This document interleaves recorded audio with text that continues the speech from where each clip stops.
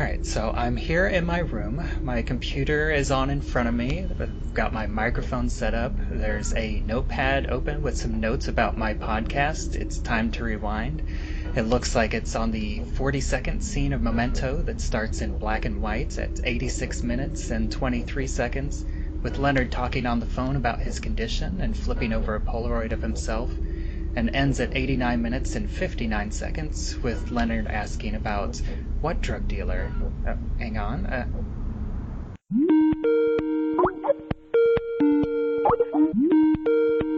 Who is this? Bubba, it's me. It's Lisa Leaheey. You know me. I'm your co-host for this podcast. I'm from Rabbit Hole Podcasts, remember? Oh, of course. Although I prefer to be called Bubbawheat. And who is this? Bubbawheat. It's me. It's Eric, your long time co-host again. Oh, of course. I apologize. And there's someone else here. Who are you? Bubbawheat. This is Stephen Tobolowsky, a.k.a. Sammy Jankis from Memento. Oh, well, I sure as heck far remember you.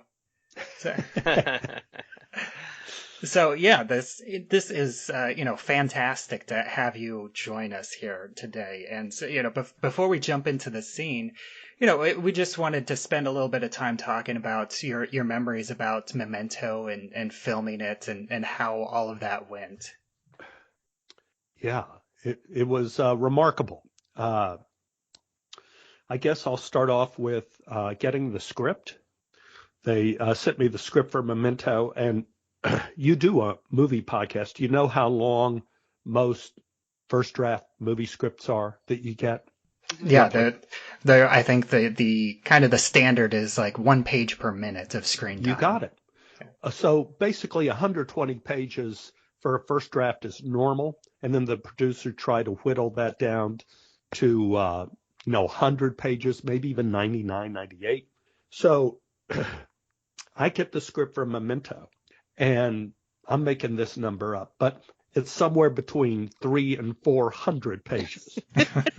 It's like Gone with the Wind. It's like it's the hugest thing in the world. And usually for an actor, when they don't know anything about it, if you get a script that's over 120 pages, it's a red flag for this is not a good script. This is a beginner. This is somebody who doesn't know the screenwriting format that creates 1 minute per page that enables you to have a 120-page script.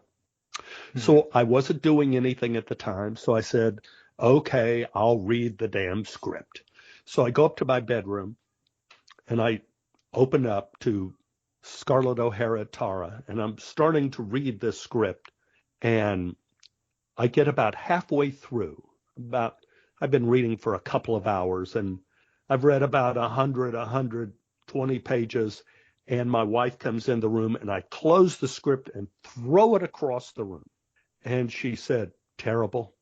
And I said, actually, this is very good. I don't understand why this is so long. So I continue to read the screenplay. I read the whole thing, and then comes a torrent of profanity from upstairs, and Annie comes running up and says, what, it turned out to be the worst screenplay ever? I said, Annie, it could be the best screenplay I've ever read. Wow. Now, I don't know when Memento came out. What was it, 2000 or something? Yeah, 2000. 2000. To this day, it is still the greatest screenplay I have ever read. And the reason why it was so long is that Chris and his brother, in writing the screenplay, wrote intricately the way each shot should be to where it looks like it is exactly the same as the previous day or the next day in terms of memory. Exactly what tattoos were visible. What it was an entire roadmap for the movie.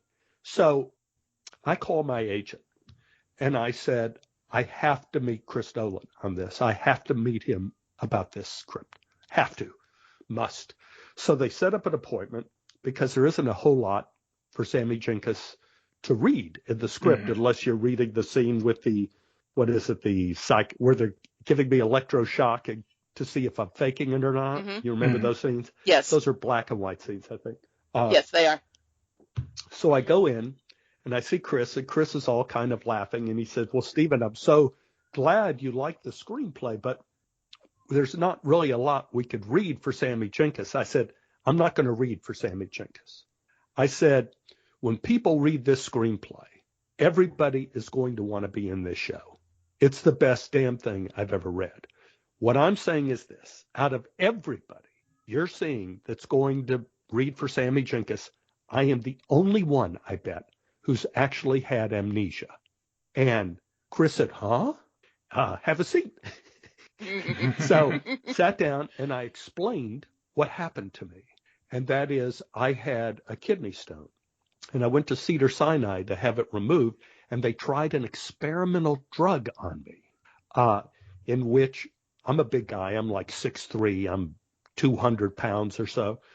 It was a new kind of anesthetic that wouldn't put you to sleep, but would make you be awake, follow commands, but immediately forget them. So you would experience the pain, but you would immediately forget. Oh, wow. So they gave me this shot. I had the kidney stone removed. I came home. But like any general anesthesia, it took days for it to wear off. And in that period of time, I would find myself awake, boom, in this 1 second in the living room with a glass of water that was half full. I would have no idea if I had drunk half the glass of water and was returning to the kitchen, or if I had just filled my glass and was going to the bedroom. I had no idea. Wow. I would find myself in the bathroom holding little Steve standing over the toilet, and I would not know, boom, born, that moment, born, not know if I had peed or if I needed to pee. Not knowing. I had no idea how I got there or what had happened. And my wife would yell, "You finished 10 minutes ago." Please, time for you to go. And it was the most remarkable week I had ever spent. And so I was thrilled that Chris cast me in the movie pretty much based on the fact that I had had amnesia before. Yeah, Wow. that's incredible. And how long did that condition last? About a week. Wow. About a week. And like anything else, the first few days, it was more amnesia than not. And near the end of it, again, I would be talking with friends, and I would suddenly be born in that moment, and I wouldn't know where I was or what I was doing. And my wife would have to explain to everybody, Stephen has amnesia. And so this is his condition now until this medicine wears off, which made it very difficult. Especially since it was before the movie came out, so you can't be like, it's like, it's like what happened in Memento. And it presented problems to me in shooting it, and I don't know if you want me to segue into that, if you want to ask a different question now. No, please continue the segue. Yeah. So in doing the scene with Harriet at the end with the shot and all that stuff, and in all my scenes, but particularly that scene, Chris likes to do a lot of coverage, and he likes to do a lot of shots from different angles and get a lot of interesting kind of looks at things going. As an actor, you have to make a decision. Are you going to fake it or are you going to do it? Women have to do this all the time when they're on Law and Order and they have to cry, and you go like, oh God. And you see them trying to churn it up, like, because it's the 50th take and it's from a different angle and they're still trying to cry, and they finished crying 2 hours ago, actually. But with having amnesia, it made shooting Memento the most difficult job to this date I've ever had as an actor, because you realize once the cameras are in front of you and rolling, the only thing that drives you through a scene as an actor is your intention. It's your motivation, like Marlon Brando would say. Yes. It's your intention. But if you have amnesia, you have no intention and you have no motivation. You don't remember anything. So as an actor, you have to decide, are you going to fake it and pretend you can't remember, or are you just not going to remember and throw it out there for the world? Throw it out there for Chris and dare to fail about not knowing where you are, what you're doing in the scene, ever. And so I chose to really do it. I think that that's interesting, the way that Memento does present this type of amnesia as a whole, because there are very few scenes where you see Leonard or Sammy just like looking around and trying to figure out where they are, because they're both used to faking it. They're they mention that a lot within the movie, that you think that you're supposed to recognize somebody, you pretend to recognize them, and I think that comes through a lot in both of the performances of you and Guy Pearce. Yeah. And just as a side note, Guy Pearce, what a spirit, what a force, what a great guy to have at the, a lot of times movies like this, if they're successful, kind of win or lose depending on the energy of the person who's the lead of the film. It certainly was true with Groundhog Day, even though people say, oh, Bill was this, Bill was that. In the scenes, Bill was absolutely fantastic. And he was different every time. He was always in the moment. The same thing with Guy. He was, and in between scenes, he was filled with joy. He was filled with such positive energy. We felt like we were on a huge party. And once the scene started, he was 100% committed, every take, all the time. And he was a great leader to have there. And of course, Chris is a great, great leader. He's a great, great director. And he managed everything beautifully, How often did you have to, like on average, retake your scenes? Because I look at your scenes and there's so much, even though Sammy Jankis doesn't speak much, there's so much in your facial expression. There's so much just in your eyes, just where you're looking, and then like a crinkle of the eye. There's so much there. How often did Chris Nolan have you retake scenes? A lot. Okay. Chris does a lot of coverage and a lot of everything, which is why I felt like I was falling down a laundry chute the whole time we were shooting the movie, not knowing where I was or what I was doing ever in any scene. So, I'm always looking in the moment for something that I could identify, whether it was the TV changer in my hand or my wife's face or her eyes or hearing her voice and knowing, oh, it's the shot, time for the shot, that there was something that I knew. So it was, the whole thing was kind of terrifying to do, but the end result, the movie's spectacular. Absolutely. Yeah. You mentioned about your reaction when you first read the script, and you just talked a bit there about working with Christopher Nolan. Now, this was only his second full-length movie, so he was not, Christopher Nolan yet at this point. Right. Did you have a sense then from working with him on this early project of what he could one day turn into, where he now is just this, incredible movie maker? Not really. I just, at that point in my career, you work with a lot of directors, and some of them are really good.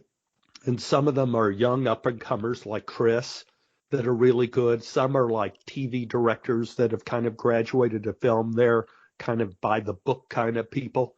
But, I had no idea there was something like a Dunkirk that was going to come down the line, which I still think is one of the greatest movies ever made. Nice. I know you talked a little bit about, working with Guy Pearce. Did you spend any time with him discussing like how he plays Leonard versus how you play Sammy, or did you keep that separate? Separate.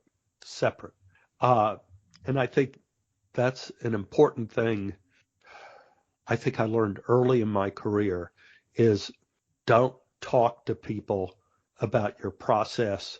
Don't talk to people about their process. Leave it alone. The only thing that matters is the story.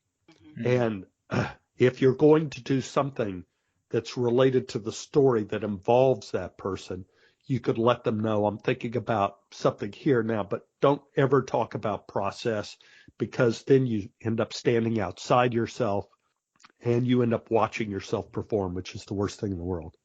Based on that, then, a two-part question, do you think that Leonard is Sammy, his whole story is a defense mechanism. And based on what your answer is that something you discussed with the Nolans or anyone else, or did you come up to that opinion on your own? I ended up with the opinion that Leonard and Sammy were the same person, was the opinion I came up with, but I didn't really discuss it with anyone, and and it's kind of unimportant. I think it's part of the mystery of the movie, and it's a valid mystery. There's some mysteries in movies that are cheats and are not valid, but in Memento it is valid, and what I mean by that is sometimes a screenwriter will cheat to make the story make sense or give the story some sort of credence or validity. In terms of Memento, it doesn't matter because the story is bigger than just really what happened to Leonard. I remember first time I saw Memento, I took my son, Robert. I think he was 12 at the time. We saw it together. And I'm watching and I go like, this is kind of hard to understand, I know. And Robert said, no, not hard to understand at all. Everything Teddy says is true. Oh, wow. Interesting. Everything Joey Pantaleone says is true. And everything else is not true. Huh. And he said that at the age of 12. Yeah, I think that's an interesting take. I believe, we've talked about this quite a bit, and I know my understanding of it, and I think, most everybody here agrees with me, is everyone is an unreliable narrator. Like, no one is telling 100% the truth. Yeah.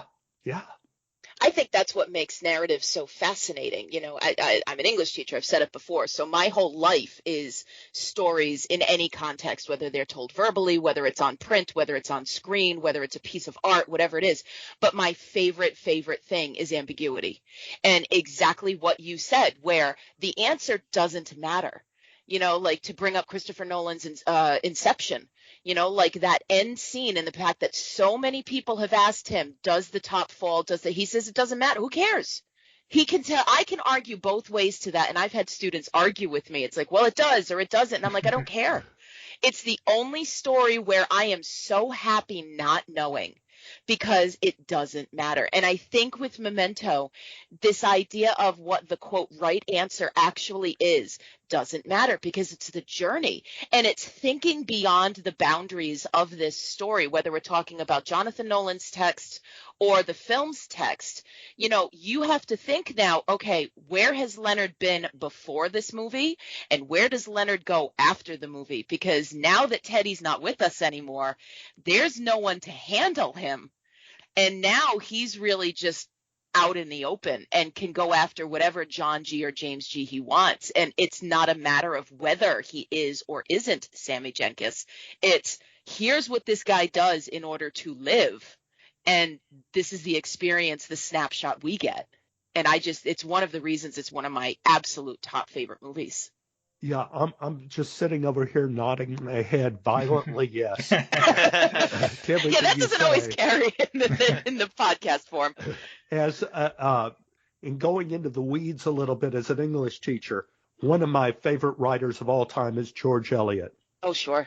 And the way George Eliot plays with reality is that, like, if you take a look at something like Mill and the Floss, or even Daniel Deronda, what she does, Marianne Evans is George Eliot.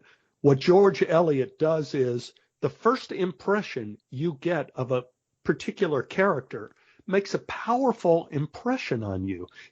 You feel like it's the truth. Mm-hmm. So in Mill and the Floss, when the little girl comes down the stairs after cutting her hair off because everyone makes fun of how long it is, she sits. Everyone is mocking her except her father, who puts his arm around her and comforts her and says, oh, you're my beautiful, beautiful girl. Mm-hmm. That's our first impression of her father, who turns out being the absolute villain in the piece. Right. He's hated, but as an audience, we are struck because we are fighting the entire book with the narrative of, wait a minute, I thought this was the sweet guy. I thought this was the good guy. Yes. And I think Memento does the same thing. Is that it gives you a narrative that you think you understand, and you continually have to fight it. You Right. continually have to fight to make sense of the narrative and to redefine for yourself. You, in a sense, become Leonard in trying to piece together what reality is.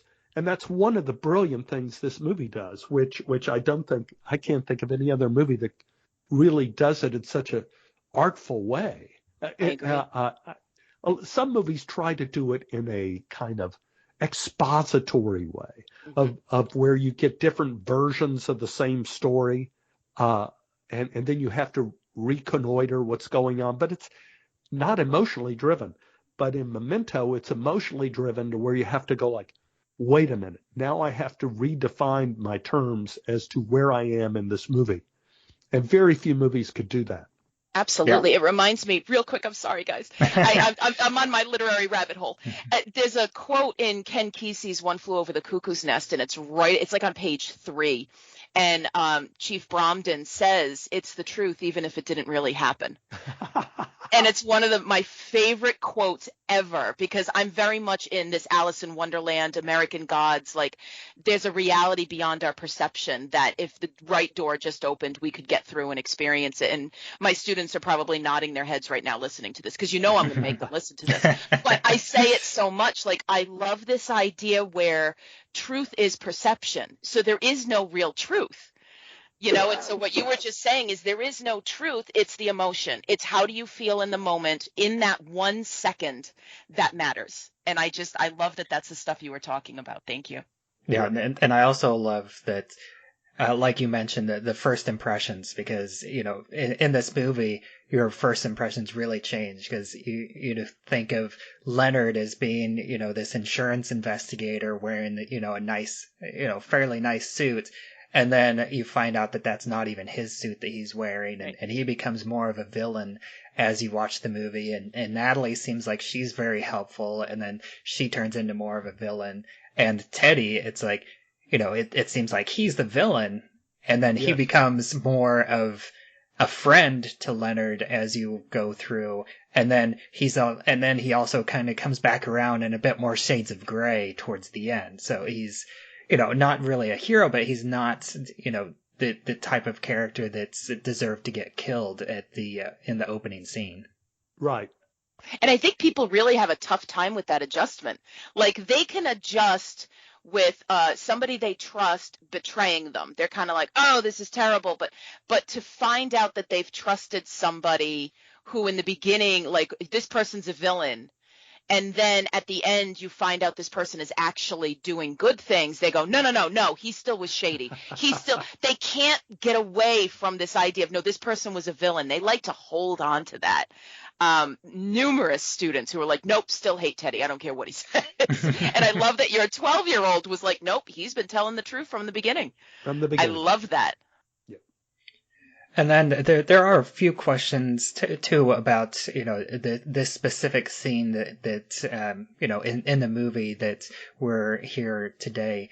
Do you remember, like, was there a discussion, because this is the scene where after Sammy's final exam, we see him sitting in the chair in the mental institution, and then we have the quick 2-frame shot of Sammy being replaced by Leonard.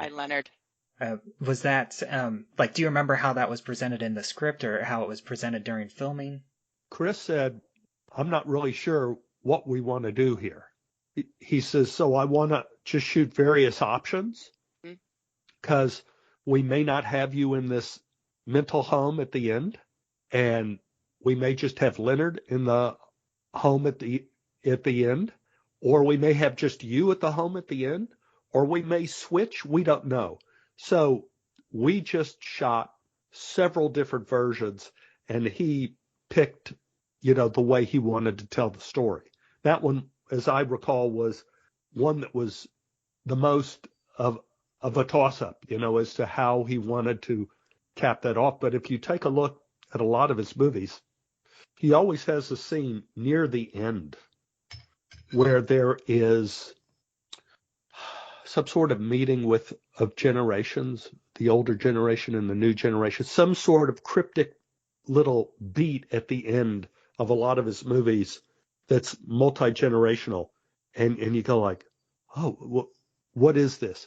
In Memento, I think it's the most strong in terms of storytelling, and it really leads you to think that Leonard and Sammy Jankis were the same person. Mm-hmm. At least that was my impression when I saw the film. Mm-hmm. Yeah, it's like that 1-2 second, not even 2 seconds, it's 2 frames, because you can't pin that down. That's like, I was trying to pause it earlier today to find the exact timestamp. It's at that 1:30 mark. And the number of times I've had to try pausing that in my classes, but it's the one single moment where you have an authentic third person narrator, where you do not have Leonard necessarily telling you the story anymore. And that definitely is the place I would point to if I was arguing, yes, Sammy and Leonard are the same person. Like, here's that flash of memory, and oh, it's gone. Right. And also that's presented in a scene where it's not somebody else telling the story. Like Right. the other time, whenever the positions change and the perspective changes, whenever Teddy is telling Leonard and he's affecting the story, but this is just Leonard telling his version of the story. So we're only getting the one side of it, and it doesn't, at least from our perspective, because we never hear the person on the other end of the phone, but we don't get the impressions that the person on the phone, who is most likely Teddy, is influencing this Sammy Jankis story. Mm-hmm. Right. And then I also wanted to talk a little bit about, these scenes with between you and Harriet, Sammy Jankis and his wife, and because, this is really the most heartbreaking moment. So with this final test, like, how did you approach this scene? Just the way I approached watching the TV, and with the same amount of going moment to moment, and this is what I'm doing next. And of course, working with Harriet. She's so damn good. And so basically, Chris, as I recall, he would have kind of 2 shots kind of going at the same time. He would either have a 2 and a close-up on Harriet, or a 2 and a close-up on me at the same time. So you're able to join, make it always look like it's part of the scene. So I just had to keep going, this is something I know how to do.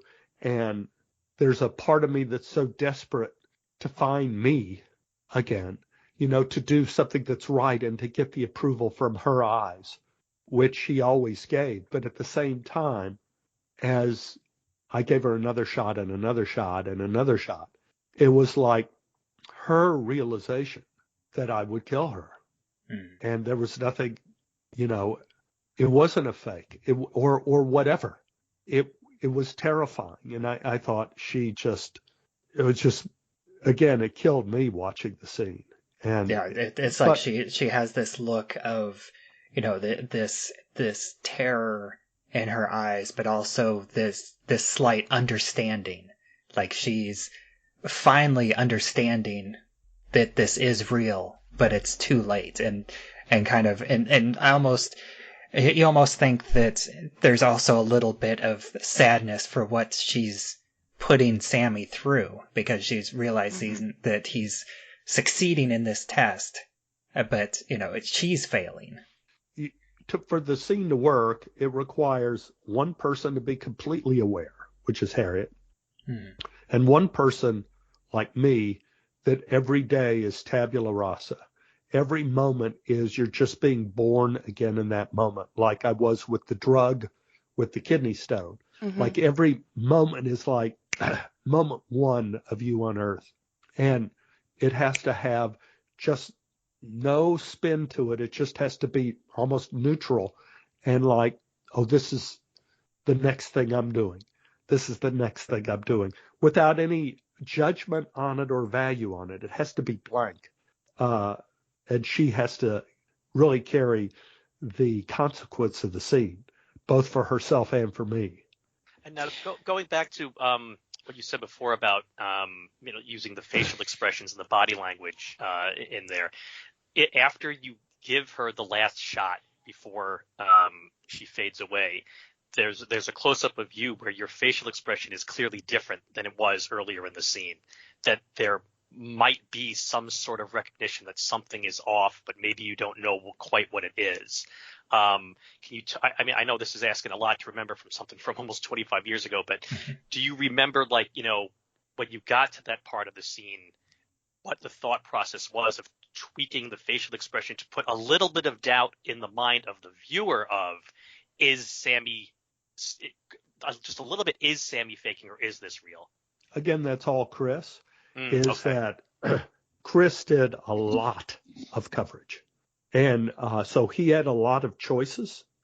And so as an actor, one of your goals is just to be as truthful as you can in the moment each time that he does a shot, whether it's a long shot or a close-up or whatever, just each time to do it, be as truthful as you can.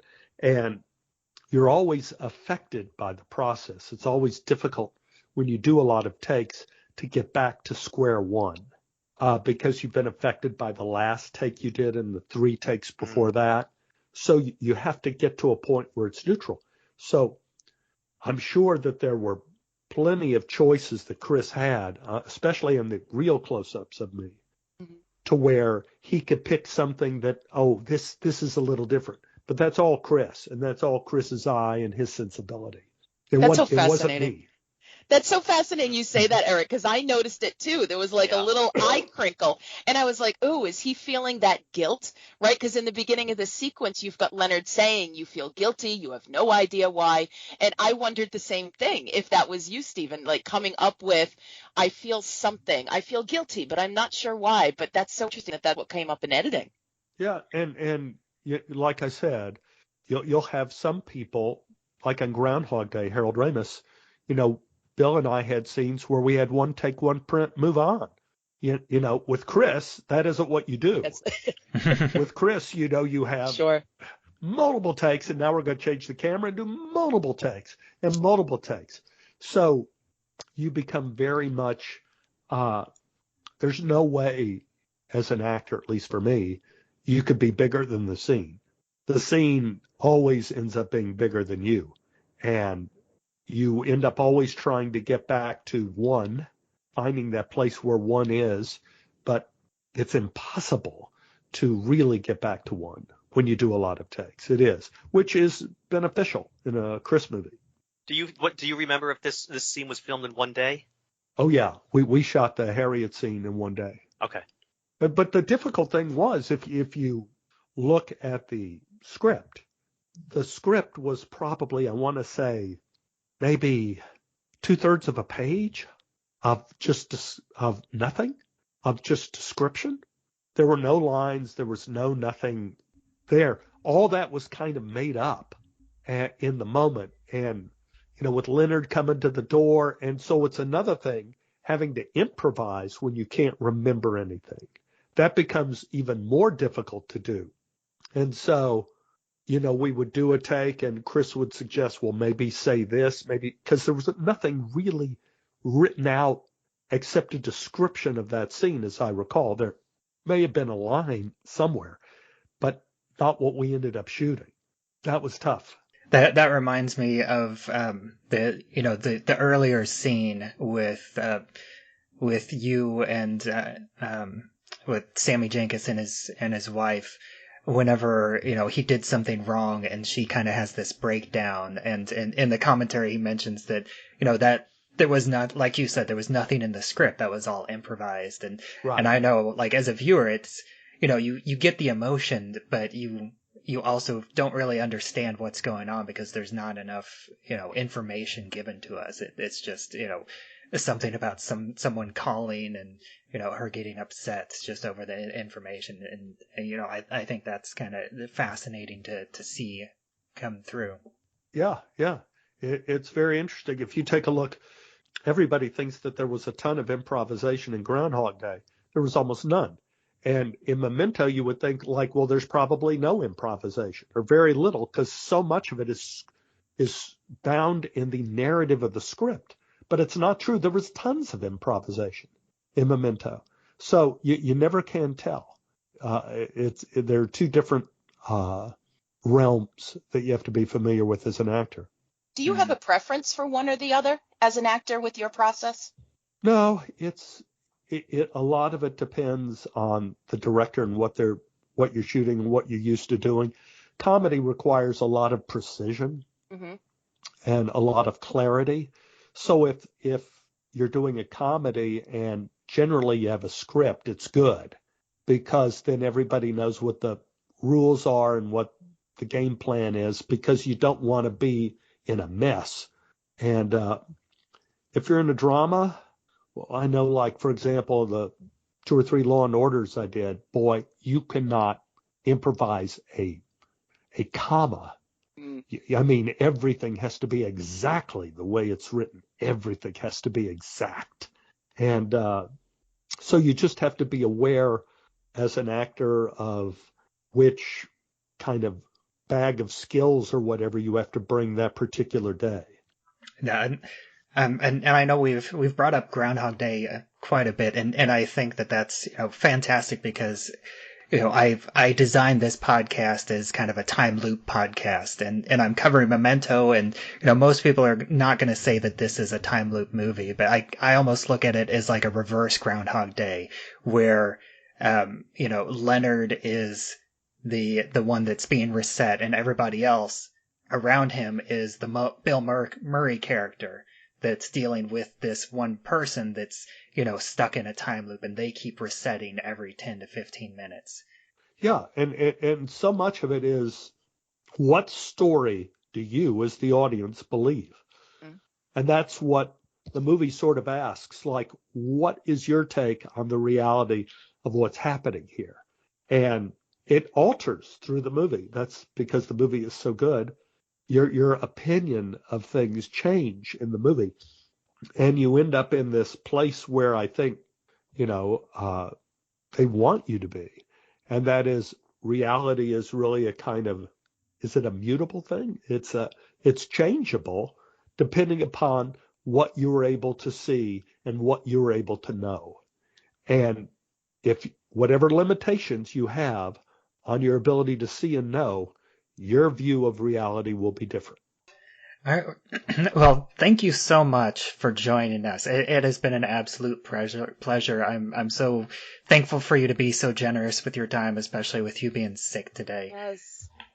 Well, my pleasure. From here, I go to antibiotics, so you're going to be the high point of my day. Oh. All right. Well, we are going to let you go, but yeah, thank you so much for joining us, and get some rest, and hopefully you feel better soon. Well, thank you very much. I appreciate it. Yes, thank you so much, sir. Okay. Bye-bye. Bye. Bye. All right. So back to this scene, because there, this, we do get a lot of Guy Pearce moments, of him on the phone. And the last black and white scene was him getting, all riled up, and he has, this photograph, this dirty photograph of him pointing to his chest, looking happy. And in this part of the scene, we see him like absent-mindedly just flip it over, so he's like no longer looking at it. Mm-hmm. Like, what do you think is going through Leonard's mind at that point? Like, do you think that he's kind of in denial and just like is in avoidance mode? It's an interesting question because it seems like such a small move to just, because he's talking and he's engaged in what he's talking about, and he's like, well, this thing's distracting me, I'm going to turn it over.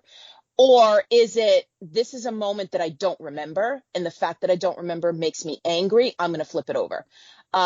Or does this trigger a memory, and I don't want to think about that right now, so I'm going to flip it over? Like, you can overanalyze to death. It's kind of what I do for a living. What happens in a single motion? But I love that that's the point. Like, there is never going to be a right answer with this film and with these individual things. And when I watch it and I try and keep my English teachering self at bay, I look at it as he's in the middle of talking about things, and that could have been an index card with his next tattoo written down. He would have flipped it over in the same way. So while it's a big moment that we've seen and we go, what the hell is that? We need more about it. He's like, this thing is distracting me. Turn it over. And in the previous scene too, we see him kind of playing with it a lot, and then this is finally him. In this moment, he's calmed down a little bit, and also, just the fact that in the last scene he was like super agitated, very upset, and then this is the moment where he's kind of on the downswing, and then we have talked several times that we're almost certain that it's Teddy that he's talking to on the other end of the phone, even though it is this unknown presence. But you get the impression that Teddy is kind of experienced at getting him calmed down. Absolutely. I mean, he's got this edginess about him as he speaks on the phone. And so I do think that that's exactly what's happening. Like he's kind of gone on a bit of a weird tirade. And he's sort of just in this moment and just babbling, and it's that moment where his hand kind of comes into his line of vision near the phone. He's fidgeting with the cord. He turns over the photo and then, oh yeah, remember Sammy Jankis? Oh, didn't I tell you about his final test? And then it goes right into it. He refocuses again. Yeah. And do you think because, we get, Teddy talks about, you've tell me about, I'm sick of hearing about the guy. Mm-hmm. That do you think that he's heard this part of the story because again, we don't hear his side of the conversation, but we get the impression that he is, urging or that Leonard is getting a cue that Teddy, the person on the phone, has not heard this part of the story before.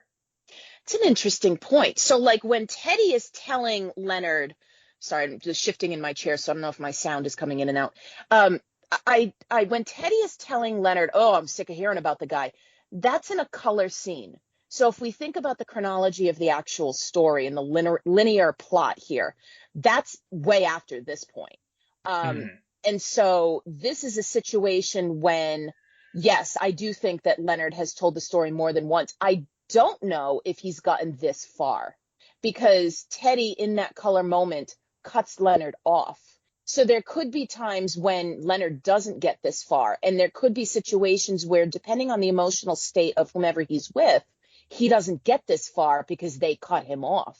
So it's interesting that some people who hear about Sammy Jankis, because he's told, you tell everybody about Sammy, I wonder how far he actually gets each time. Yeah, what do you think, Eric? I feel like Teddy has heard every story about Sammy Jankis at least once, but that maybe, to a bit of what Lisa's point, certain ones he hears all the time and certain ones maybe he's only heard once. This is, quote unquote, the big Sammy Jankis story. Right. And so it's possible that it's one of the ones that Leonard gets to always later on. So maybe Teddy's only heard this one time before, and for Teddy, who is, like we said, he's sick of hearing about the guy, who hears him talking about him all the time, Teddy may have heard this and might not remember it because he's constantly hearing about Sammy Jankis. At this point, it's in one ear, out the other, and all the Sammy Jankis stories kind of blend in together as one. So maybe it's sort of maybe you've told me this one, I don't know. Maybe it's more of that. Yeah, and then there is this little bit, again, we get a little bit of the guilt where Leonard again says, I never said, he repeats I never said that Sammy was faking. I never said that. Yes, absolutely. There's definitely guilt there. There's definitely this concern. It's like that's the repetition, right? He talks about how you condition yourself to make sure you remember such a thing. And I never said that Sammy was faking. I never said that. Like that comes up more than once. There is a refrain that he has memorized and that he keeps repeating. Mm-hmm. But he says, my condition maybe is poetic justice for not believing Sammy. And so yes. Does he really believe himself when he says, I never said he was faking? Right. Yeah, and I did do, bare minimum research on this and on the whole insulin thing, and the hypoglycemic coma is what it's referred to, which is a very real thing. And I did read kind of a slightly depressing tidbit that this can be this has been thought of as a suicide method for some people. Sure. have done this intentionally. Just like we can kind of look at Sammy Jankis' wife, she is, she's using Sammy, like she's explaining it as a test, but in a way she is more or less committing suicide at this point. Yeah, well, I mean, in even testing him, she has to have made that decision where this is an outcome she's good with. Yes. She's prepared for the possibility. Yes. I mean, he says that she didn't want to, he says she really thought she'd call his bluff, or she just didn't want to live with the things she put him through.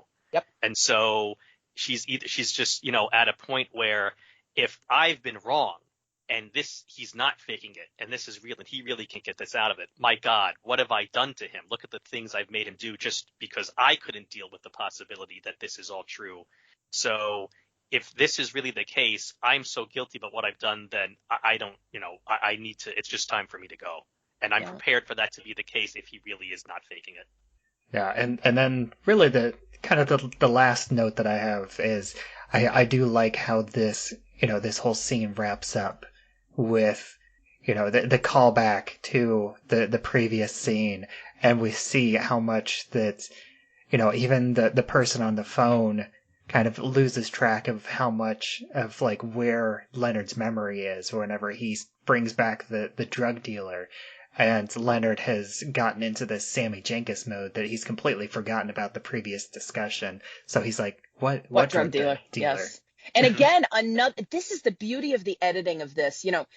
Stephen talks about how Stephen, like we're best friends now, but my BFF Stephen said that, it's the greatest, one of the greatest, if not the greatest screenplays he's ever written. This thing didn't win an Oscar for original screenplay, and I'm still salty about it. What won that year? What was the winner that year? It was something big though, because I'll look at it. Keep 2000 talking, is the year of Gladiator. Yeah, if you don't mind. 2000 is the year of Gladiator. And I can't think of what else. American Beauty was 99, so I'm not sure. But anyway, like the editing and the screenplay and the narrative to this, like I've taught this in my film class that I run every now and then, where you just think about the construction of a sequence and where do you cut and how every cut is a punctuation mark. Depending on whether it's a quick pause, like a comma, and you're just changing perspective, or whether there's a giant exclamation point at the end of the scene, like we were talking last a couple of episodes back, where we were talking about the breaking of the pen before he prepares to do his self-inflicted, if you'd take that word, tattoo. It's like a bang in that situation where he's running through the color scenes that Eric is doing with Dodd. This, like, what drug dealer is like this really couple of extra question marks, maybe it's one of those, and I can't think of the term. I'm not this good with my minutia. The question mark exclamation point, like the double punctuation mark. It's just such a great moment. The interrobang. There it is. Thank you. I love that you're nerdier with your punctuation than I am. That's brilliant. But I think that's really all the notes that I have for this. We've got a ton of stuff with Stephen Tobolowsky, and most of it was really with the Sammy Jankis stuff, and I feel like we pretty much covered the bookends of the Guy Pearce things. Unless either of you have anything else that you want to say about this scene. I had only one that I think it's the final shot that he gives her appears to be in the exact spot on her leg where Leonard pinches Catherine, if memory serves. Mm-hmm. Oh, yeah. Yep, it does align with that. Okay. It does indeed. Yeah, I'm glad that you caught that. I think with me focusing on, the Stephen Tobolowsky-ness of it, I'm glad somebody brought that up, because it is worthwhile to point out, all these additional similarities between the two characters, and just adding to that argument that they are in fact the same person, or at least their stories overlap. Right. At the very least, there might actually have been a Sammy Jankis, but their stories overlap and intermingle, and some of what he's telling about Sammy is actually about himself, and he's kind of moved it over the line into the Sammy story and away from the Leonard story. But thank you both for being my co-hosts and taking this little extra time. Yeah, I mean, this is Twist my arm, Bubbawheat. Yeah, boy, you really had to. Wow. Remind me never to do a podcast with you again. These terrible experiences. I mean, it has. I think this is not our longest session, but this will be our longest episode of the season for sure. Hashtag worth it.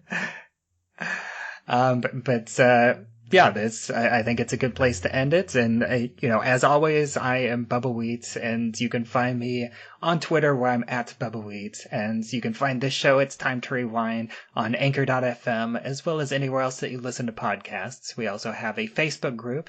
It's Time to Rewind, a time loop group, and you can join that to discuss time loop movies and TV shows and these episodes as they are released. And until next time, I assume I've already told you about Memento. Only every time I see you. Every time I see you. Sammy, it's time for my shot.